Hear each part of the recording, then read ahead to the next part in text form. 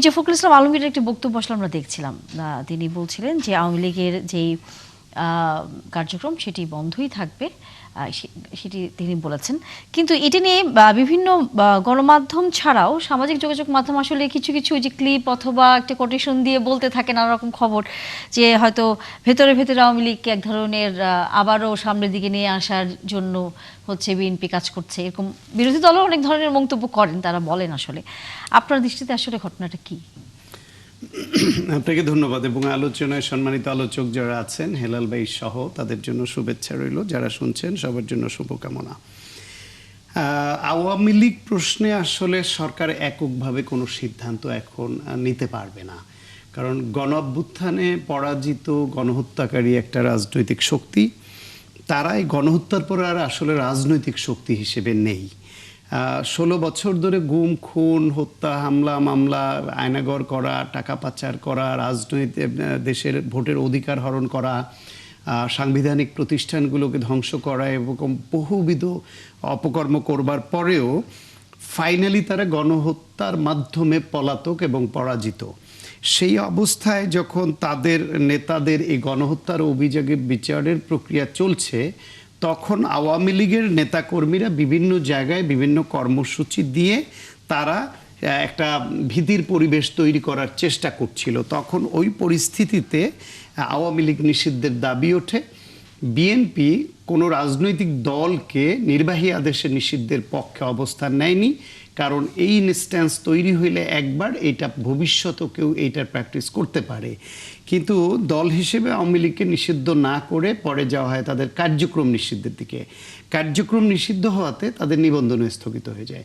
নিবন্ধন স্থগিত হয়ে যাওয়াতে তারা নির্বাচনও করতে পারলো না কোনো ফর্মুলায় কোনোভাবেই, কারণ যদি নিবন্ধন স্থগিত না হতো তাহলে তারা কোনো নেতা কোথাও তাদের যেখানে যেখানে পকেট আছে, ভোট ব্যাংক আছে, নির্বাচন করতে পারতো এবং করে হয়তো খুনিরাও এমপি হয়ে আসার মতো সুযোগ তৈরি হতো কিনা এই আশঙ্কা কিন্তু কোনো এলাকায় আছে।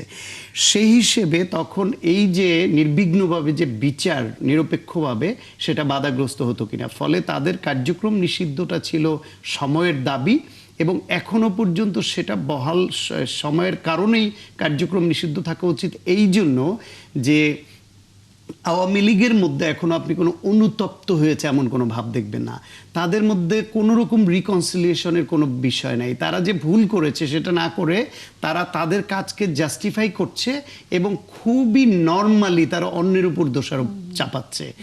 এই কারণে এখন সেইখানে হয়েছে কি, নির্বাচনটা যখন হয়, নির্বাচনের সময়ে আওয়ামী লীগের যারা পলাতক তারা তো ভাবে গেল, যারা খুবই বোনাফাইড নেতা ছিল কেউ ভোট দেবে না তারা একটা অংশ গেল, কিন্তু বড় একটা অংশ তাদের যে কর্মী সমর্থক যারা তাদের তো ভোট দিয়েছে। এই ভোটটা কোথায় দিবে? ভোটটা কোথাও বিএনপিকে দিয়েছে, কোথাও জামাত ইসলামকে দিয়েছে বা তাদের জোটকে, কোথাও অন্য স্বতন্ত্রকে দিয়েছে।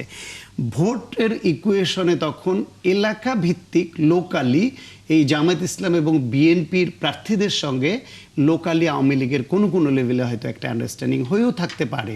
তার অংশ হিসেবে কোথাও তারা সাহস দেখিয়ে কার্যালয় খুলেছে, কিন্তু খুললো আবার যুবদল ছাত্রদল তারা গিয়ে আবার ওটা আবার বন্ধ করেছে।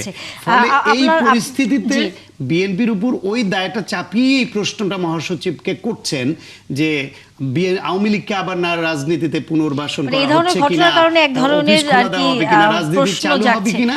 সাংবাদিকদের ওই প্রশ্নের জবাবে মহাসচিব বলেছেন যে তাদের কার্যক্রম বন্ধ আছে, অফিস বন্ধ আছে, বন্ধই থাকবে।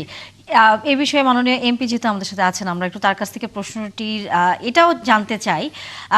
সেটি মির্জা ফখরুল ইসলাম আলমগীর বলছেন যে আওয়ামী লীগের কার্যক্রম নিষিদ্ধ আছে, সেটি থাকবে, কিন্তু বাকি যারা আছে তারা কাজ করবে, তারা করছেও।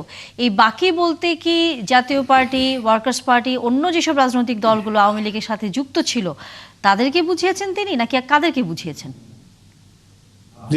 কিছুটা হলেও ঠিক বলেছেন যে দেখেন, ডক্টর ইউনূস সরকার এই কার্যক্রমটা বন্ধ করেছিল যে আনটিল দ্য লাস্ট ভার্ডিক্ট কাম, যতক্ষণ না শেষ রায়টা আসে ততক্ষণ পর্যন্ত আওয়ামী লীগের কার্যক্রম বন্ধ থাকবে।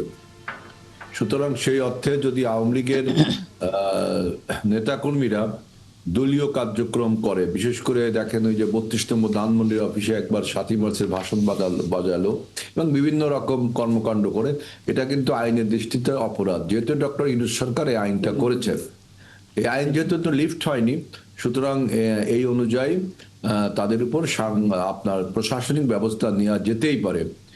এই ব্যবস্থার সাথে বিএনপির কোনো সম্পর্ক নেই। যে সায়ন্তবা একটা কথা বলছেন যে ছাত্রদল বা যুবদল এই আওয়ামী লীগের অফিসগুলো বন্ধ করছে, এই দায়িত্বটা কিন্তু পুলিশের। এটা ছাত্রদল বা যুবদল করছে কিনা আমি জানি না, এই দায়িত্ব কিন্তু পুলিশের।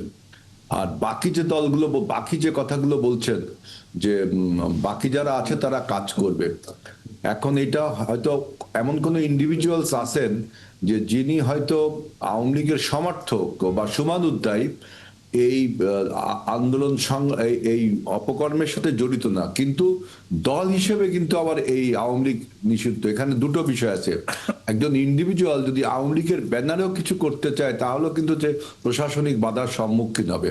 সুতরাং আপনি নিশ্চিত যেটা বলেছেন যে এই ফ্যাসিবাদের সাথে জড়িত অন্য অন্য যে দলগুলো ছিল তাদের কিন্তু বাই নেম আপনার স্থগিত এমন কিছু কিছু বলা হয়নি। অতএব যারা মানবতা বিরোধী অপরাধ বা অপকর্মের সাথে জড়িত না, তারা রাজনীতিটা করতেই পারে।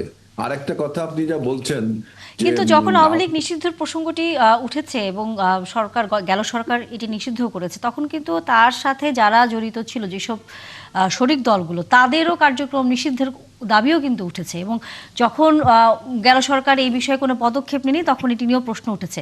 আপনারা এই বিষয়ে কোনো কিছু ভাববেন কিনা, বা আপনারা এই জায়গায় কার্যক্রম কোনো? জাতীয় পার্টি তো ইলেকশন করলো না। জাতীয় পার্টি তো ফেস্টিভ্যালের দোষক ছিল, কিন্তু ইলেকশন তো করেছে না। সুতরাং আপনি এখানে মেনলি ফ্যাসিবাদের প্রতীক হিসেবে আওয়ামী লীগকে ধরা হচ্ছে, মানে ডক্টর ইউনূস সরকারের বয়ান অনুযায়ী। আমি যেটা বলছি যে যে পুনর্বাসনের কথা সায়ন্ত ভাই চমৎকার করে বলেছেন। দেখেন, আমাদের ভোট ছিল প্রায় 40%, সেটা হয়েছে 50+। আপনি যদি তর্কের খাতিরে ধরে নেন যে এই ভোটটা আমাদের পপুলার ভোট না হয়ে আওয়ামী লীগের ভোট, আমি আপনার কথা মানলাম। আমি মনে করি এটা আমাদের পপুলারিটি যে অর্জন করেছি সেই ভোটটা যোগ হয়েছে। কিন্তু আপনি বিস্ময়কর ভাবে দেখেন, জামাতে ইসলামের ভোটটা ছিল 8 থেকে 10%, এই ভোটটা হয়ে গেল 32%। তাহলে জামাতের যদি পপুলারিটি অর্জনও হয়, তাহলে আওয়ামী লীগের ভোটটাও তো এর সাথে যোগ হলো। সুতরাং পুনর্বাসনের কথা কিন্তু কাউকে আপনি এককভাবে দায়ী করতে পারবেন না। তবে আমার দৃষ্টিতে যে আওয়ামী লীগের যে সমস্ত সমর্থক কর্মীরা দেশের ভিতর আছে, তা তো সবাই পালিয়ে যায়নি, তারা কাউ না কাউকে তো ভোট দিয়েছে, ভোটে অংশগ্রহণ করেছে। সেই ভোটটা অনেকেই ভাগ হয়ে গেছে আসলে নির্বাচনের সময়। কোন দল তাদের পুনর্বাসন করছে, জি। তাদের তাদের কোন দল, আমি মনে করি না যে আমাদের অভ্যুত্থানের কোন শক্তি এই দলকে পুনর্বাসন করছে। সবকিছু আইনের দৃষ্টিতে দেখা হচ্ছে।